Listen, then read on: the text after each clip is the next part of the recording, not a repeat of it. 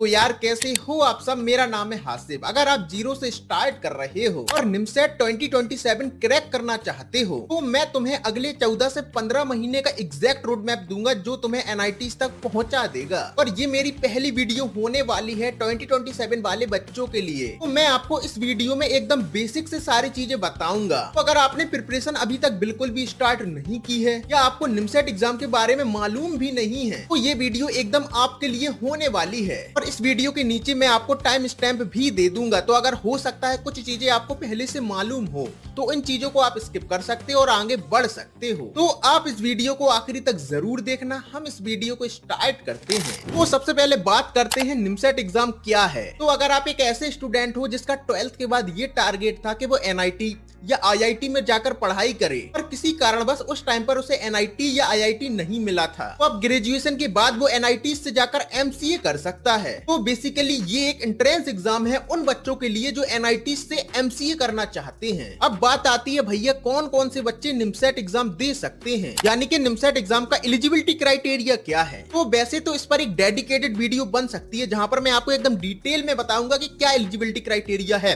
बहुत सारे आपके सवाल भी होते हैं, उनको भी कवर करूंगा। पर ये वीडियो आपकी प्रिपरेशन के लिए एकदम पहली वीडियो है, तो इसमें मेरा टारगेट ये है कि आप कम से कम अपनी प्रिपरेशन स्टार्ट कर पाओ। आपको मैं एक तरीका बता दूं और ओवरऑल इस एग्जाम के बारे में बता दूं।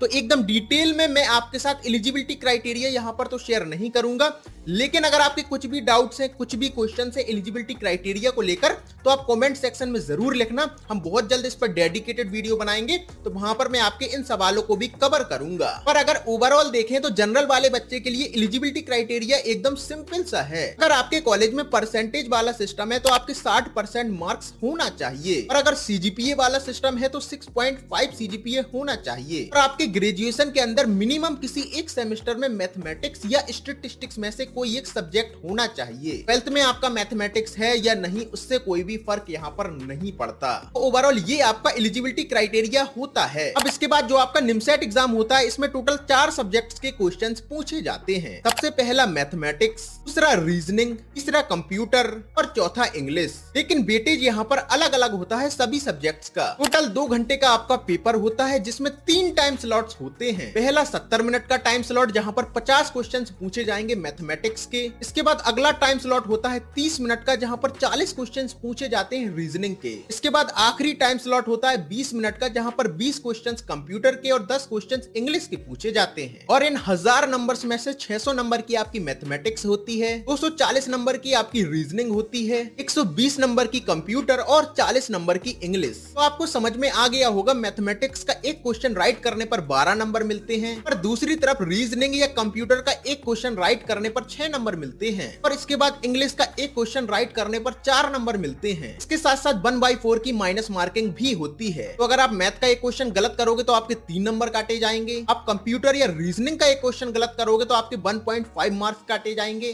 तो इंग्लिश का एक क्वेश्चन गलत करने पर 1 नंबर काटा जाता है। तो इससे आपको समझ में आ गया होगा कि मैथमेटिक्स एक बहुत बड़ा रोल प्ले करती है आपके निमसेट एग्जाम में, क्योंकि 1000 नंबर्स में से 600 नंबर की आपकी मैथमेटिक्स ही आती है। और अगर आप 1000 में से 550 नंबर तक भी ले आते हो तो आपको टॉप एनआईटी मिल जाता है। तो मैथमेटिक्स का यहाँ पर एक बहुत बड़ा रोल है। तो अगर आपकी मैथमेटिक्स अच्छी है तो बहुत ज्यादा चांसेस होते हैं कि आप इस एग्जाम को क्रैक कर लोगे। अब यहाँ पर एक सवाल आता है जो काफी सारे बच्चों के दिमाग में होता है, या क्या निमसेट एग्जाम एक इजी एग्जाम है या ये एग्जाम भी जेई मेंस या जेई एडवांस के लेवल का होता है। यार देखो सिंपल सी बात समझो, निमसेट एग्जाम ना आपका बहुत ज्यादा आसान एग्जाम है और ना ही बहुत ज्यादा डिफिकल्ट। लगभग 25 से 30 हजार बच्चे हर साल निमसेट एग्जाम देते हैं, और सभी एनआईटीज और ट्रिपल आईटीज की अगर हम सीट्स मिला दे तो लगभग 1300 सीट्स अवेलेबल हैं। तो अगर हम कंपटीशन की बात करें तो इस एग्जाम के अंदर कंपटीशन बहुत ज्यादा बिल्कुल भी नहीं होता। लेकिन अगर हम इस एग्जाम की डिफिकल्टी लेवल की बात करें तो हर साल पेपर टू पेपर डिपेंड करता है। इसी साल आपका पेपर इजी आ जाता है, इसी साल हार्ड, लेकिन ज्यादातर टाइम ये आपका मॉडरेट पेपर ही आता है। तो अगर कंपैरिजन करना चाहें तो हाँ कह सकते हैं आपको इस पेपर के लिए जेई मेंस लेवल की प्रिपरेशन करनी है, क्योंकि साल दर साल पेपर का डिफिकल्टी लेवल ऊपर नीचे होता रहता है। कभी इजी आता है, कभी मॉडरेट आता है, तो कभी डिफिकल्ट भी आ जाता है। इसके बाद सबसे जरूरी चीज आती है भैया, अगले 14 से 15 महीने के लिए क्या एक रोड मैप हमें फॉलो करना चाहिए,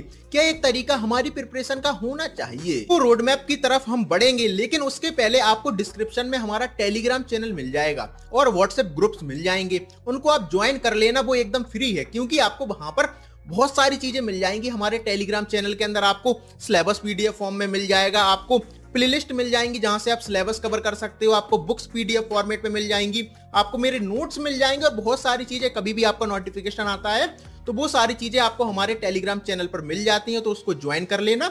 इसके अलावा व्हाट्सएप ग्रुप्स भी ज्वाइन कर लेना, क्योंकि आप वहां पर उन बच्चों के साथ डिस्कशन कर सकते हो जो निमसेट 2027 का एग्जाम देने वाले हैं। तो अब जब भी रोड मैप की बात आती है तो सबसे पहला सवाल यही आता है, भैया हमारे पास तो 14 से 15 महीने हैं, तो क्या हम सेल्फ स्टडी ही कर लें? क्या सेल्फ स्टडी से हमारा सिलेक्शन हो जाएगा या हमें कोर्स परचेस कर लेना चाहिए? यार देखो, इसका सीधा सा जवाब तो ये है कि हाँ, आप सेल्फ स्टडी से भी इस एग्जाम की प्रिपरेशन कर सकते हो और इस एग्जाम को निकाल भी सकते हो। हर साल काफी सारे बच्चे निकालते हैं। पर क्या सेल्फ स्टडी करना ही बेस्ट है? तो मैं आपसे कहूंगा नहीं, क्योंकि सिंपल सी बात है, मान लो अगर आपको बॉडी बनानी है तो आप घर पर रहकर भी बॉडी बना सकते हो और जिम जाकर भी बना सकते हो। लेकिन दोनों में डिफरेंस क्या है? डिफरेंस बस सिंपल सा ये है कि आपको जिम के अंदर ज्यादा मशीनें मिल जाएंगी, ज्यादा इक्विपमेंट मिल जाएंगे। तो बहुत ज्यादा चांसेस है कि अगर एक बंदा जिम में जाता है और दूसरा बंदा घर पर वर्कआउट करता है तो जिम वाले बंदे की जल्दी बॉडी बन जाएगी। वही सेम चीज यहाँ पर अप्लाई होती है। अगर आपने कोर्स वगैरह ज्वाइन कर रखा है तो सारी चीजें कोचिंग वाले ही अरेंज करते हैं।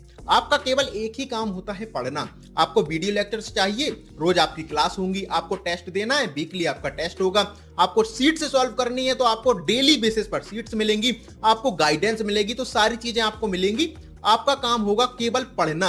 लेकिन वहीं दूसरी तरफ जो सेल्फ स्टडी वाला बच्चा होगा उसको कंटेंट भी खुद ही ढूंढना पड़ेगा।